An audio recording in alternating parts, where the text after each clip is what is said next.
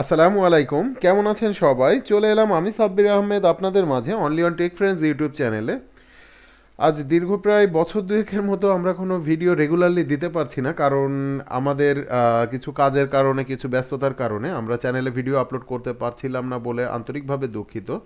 তো আমাদের সাবস্ক্রাইবাররা যারা আছেন তারা নিশ্চয়ই অনেক মন খারাপ করে আছেন যে হয়তো আর চ্যানেলে কখনো ভিডিও আসবে না।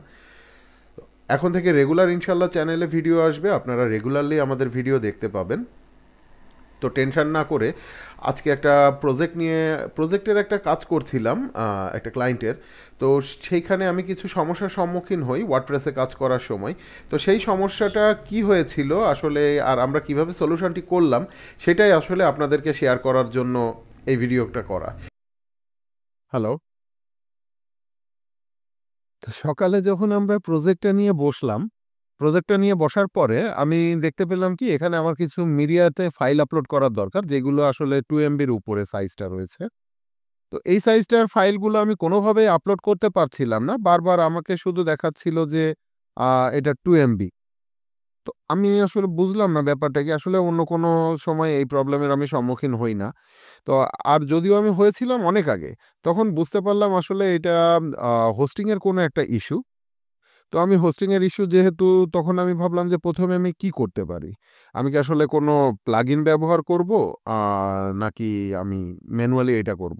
তো ভাবলাম যদি প্লাগইনটা ব্যবহার করি, তাহলে প্লাগইন ব্যবহার করলে কিন্তু ওয়েবসাইটটা অনেক ভারী হয়ে যায়। আর ভারী হয়ে গেলে কিন্তু একটা প্রবলেম থাকে। তো আপনারা চাইলে বিভিন্ন প্লাগইন আছে। আপনারা যদি এটা না করতে চান বেসিক্যালি, তাহলে যেকোনো প্লাগইন দিয়েও কিন্তু আপনারা করতে পারেন। ফাইল এক্সটেন্ডার বিভিন্ন প্লাগইন রয়েছে। তাছাড়া আপনার ফাইল এক্সিটার কিছু প্লাগইন রয়েছে বা বিগ ফাইল আপলোডের কিছু প্লাগইন রয়েছে। তো আপনারা সেইগুলা দিয়ে চাইলে আপনারা কিন্তু ইনস্টল করতে পারেন। তো আমি বেসিক্যালি সরাসরি আ cPanel এ চলে যেতে চাচ্ছিলাম। তো আপনারা আরেকটা জিনিস জেনে রাখুন। এখানে যদি আপনি কোনো থিম ফাইলও আপলোড করতে যান এবং থিমের সাইজ যদি ২ এমবির উপরেও হয়ে থাকে, তাহলে সেইটাও কিন্তু আপনি এইখান থেকে আপলোড করতে পারবেন না।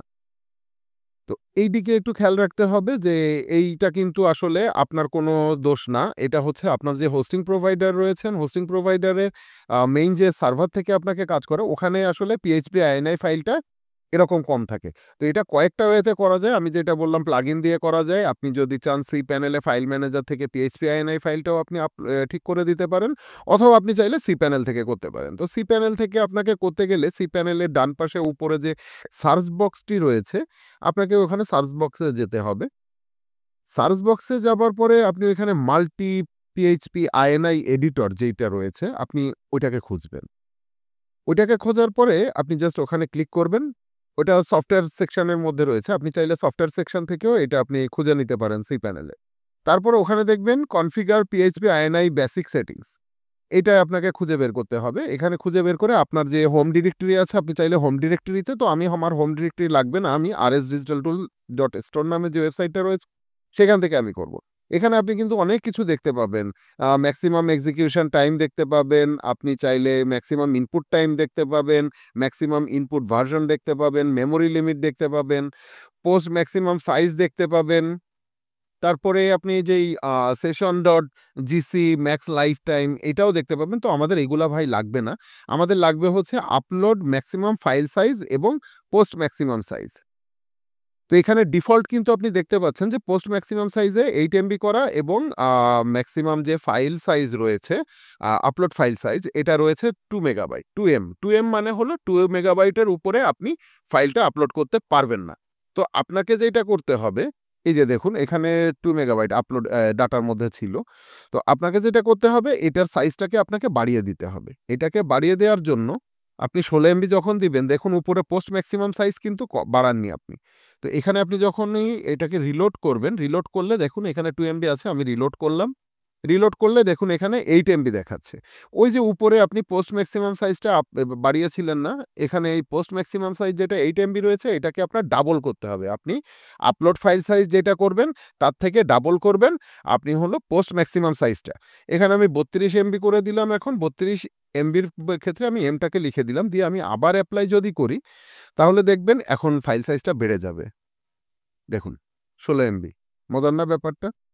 আসলে এইভাবে এই প্রবলেমটা আসলে সলিউশন করা হয়েছিল এবং আশা করি আপনারাও এই ধরনের প্রবলেমে পড়েন। তো আপনারা যদি আসলে এই ধরনের প্রবলেমে কখনো পড়েন তাহলে আপনাকে এই ভিডিওটা অনেক সাহায্য করবে। আশা করি সবাই ভালো থাকবেন। খুব শীঘ্রই আমাদের কিছু ক্লাস শুরু হতে যাচ্ছে। আমরা যে ক্লাসগুলা নিব সম্পূর্ণ YouTube এ এবং সম্পূর্ণ ফ্রিতে। আপনারা চাইলে যে কেউ ওই ক্লাসে জয়েন করে আপনার মন মতো বিষয়টা বেছে নিতে পারবেন। তো সবাই ভালো থাকবেন, সুস্থ থাকবেন। সেই কামনায় আল্লাহ হাফেজ। আসসালামু আলাইকুম।